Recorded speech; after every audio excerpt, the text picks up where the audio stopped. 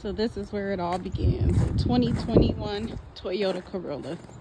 So as you all can see, winter has hit us, and it hit us hard the other night, specifically Thursday. Some of you call it Thanksgiving, but we had a really bad snowstorm, and my tires in the front were completely bald, and we noticed that we were sliding around and stuff, so we immediately rushed to a used tire shop nearby. And of course, some of you may know, and this may not be like this everywhere, but for many of the used tire places I go, I mean, you're getting what you pay for. It's a used tire, and the treading may not be the greatest. As you can see, get a little dirty here. Like, I don't know if you can really see that, how deep the treading is on here, but you can tell even with this used tire, the treading isn't the greatest. And to be honest with you, the tire that I had prior to this was even worse. It was even worse than this. The thing is, when you go inside of the driver's door, okay, you gotta unlock it first, you know. Don't even worry about it. I got it. When you go inside of the driver's door, you can see clearly your tire size. The manufacturer's recommendation tire size, 205/55R. 16 for the front as well as for the rear. I don't even get into the spare because that's not really a concern for this video right now. Then it tells you like what the tire pressure should be, right? So we're going to stick to focusing on 205/55 R16 for both the front and the rear. Now, the tire that I once showed in a video that I was pumping air into because it's always losing air and I need to replace it. I've had this tire since I've gotten the vehicle. You can clearly see, well, actually you won't be able to, it's upside down, but you can see it is 205/55 R16. So this tire, as well as the tire on the opposite rear side, passenger rear side, are at the manufacturer's recommendation tire size. But when we went to the used tire shop, the gentleman, I don't know, he was so adamant about us getting 65 instead of 55. So we ended up taking the 65. Unbeknownst to me, you know, that it would matter. I didn't think it would matter. In fact, I hadn't even looked in the driver's door to see the manufacturer's recommendation. I didn't, and I think of it more as a requirement rather than a recommendation. This is the tire size that we got from the used tire shop.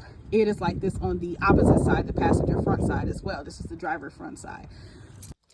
So after having the vehicle, a day later, after getting the tire changed, we were driving home last night, and suddenly all these warning lights popped up on the dashboard, but you don't see them right now. It was a ton of them, and actually if I begin to drive, you'll probably see them. I'm gonna see if I can capture that just while I'm in the driveway and not going anywhere, because I don't want to be holding the phone while driving. But as you can see, what is staying on right now is the check engine light. Okay, so we actually went to our AutoZone, our neighborhood AutoZone, after I researched online trying to figure out why would all these warning lights pop up on the dashboard. I'm talking check engine light, the speedometer was going crazy, tire pressure, all sorts of lights. I mean, just about almost every light that could be on the dashboard was on. It was like the vehicle was malfunctioning, but it physically was running just fine, except for a little stiffness in the steering, which I quickly learned that the steering does not take power steering fluid. The vehicle doesn't take power steering fluid. The vehicle is actually has like an electronic power steering, which is interesting. But nonetheless, we went to AutoZone and we got the coding test. I don't know what it's called, y'all. And they got the codes, that free test you get when you go to AutoZone, and they read your codes to find out what is going on with your vehicle. Why are these dash lights on? As you can see, like the check engine pass, the ABS pass, emission ready, no. Why? Because the test results say it is the powertrain system and that it is the vehicle speed sensor. So I started to dig further. Now, the AutoZone man told me, for one, they don't even sell speed sensors there, and that I would have to go through a dealer. But I was curious because I've had this vehicle for over a year now, going on 2 years. Never had any issues like this. The only issue I've had is changing the oil and my tire pressure for that rear tire that I never seem to want to swap out. But with that being said, I have no other major issues with this vehicle. So why would suddenly this be on? Why would suddenly I need a speed sensor, ironically 2 days after having my tire change? Well, I did a little research, and I'm going to hopefully pull up that research at the end of this video or somewhere in this video, basically showing you other individuals online who have said the same thing happened to them, even with different brand of vehicles. They basically got their tires swatted. They got their tire changed, possibly got a different size than what was originally on the vehicle.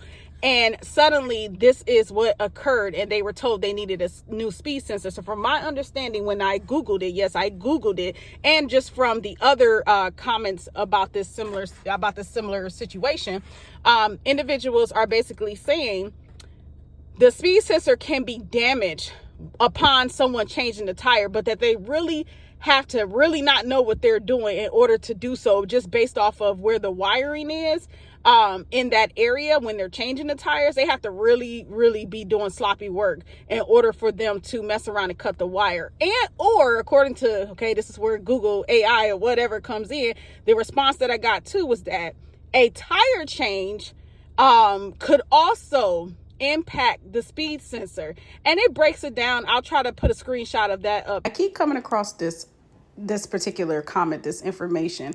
So for example, this user under this video says, if you're going to stay with 20-inch rims, you only need to pay attention to the middle number. You're running 24550R20. The first number is the width of the tire, but the middle number is your tire height. In short, 24540R20 would have your speedometer reading faster than you're actually going, whereas 24560R20 would read slower than you're actually going. So what I believe that this user is saying, as well as many others who have posted similar information online, is that when we go outside of the manufacturer recommendation tire size, if we go larger, then our speedometer will read slower than the actual speed that we are going. And when we go with a tire that's smaller, our speedometer will read faster than what we're actually going. And therefore, we're not really getting the accuracy as to how fast we're really driving. So in my situation, though, still, it has triggered the check engine light, as well as when I got the codes back from AutoZone, I am being told that I need a sensor, a speedometer sensor.